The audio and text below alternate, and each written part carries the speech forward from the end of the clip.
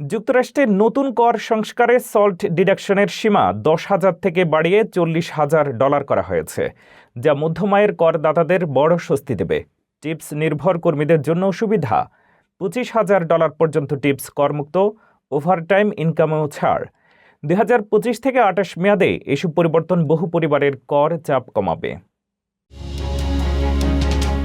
যুক্তরাষ্ট্রে করদাতাদের জন্য এসেছে বড় সুখবর। নতুন করে সংস্কার আইনে স্টেট অ্যান্ড লোকাল ট্যাক্স ডিডাকশনের সর্বোচ্চ সীমা বাড়ানো হয়েছে আগের $10,000 থেকে সরাসরি $40,000 পর্যন্ত। ফলে যেসব করদাতা বাড়ির প্রপার্টি ট্যাক্স, স্টেট ট্যাক্স বা লোকাল ট্যাক্স বেশি দেন তাদের জন্য এটি বিশাল স্বস্তি। বিশেষ করে মধ্যম আয়ের পরিবারগুলো এই সুবিধা সবচেয়ে বেশি পাবেন।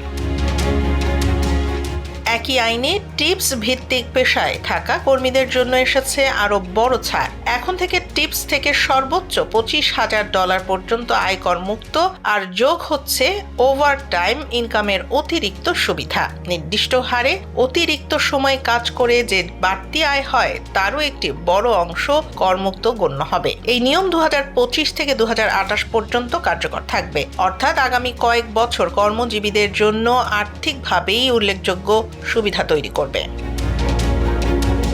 এই পরিবর্তনগুলো শুধু কর ছাড়ই দেবে না, বরং অনেক পরিবারকে সঞ্চয়ের সুযোগ বাড়িয়ে দেবে। তবে সব সুবিধাই নির্দিষ্ট শর্ত সাপেক্ষ, যেমন আয়ের সীমা ও যোগ্যতার ধরন। তাই কর ফাইল করার আগে নিয়মগুলো ভালোভাবে জেনে নেওয়া জরুরি।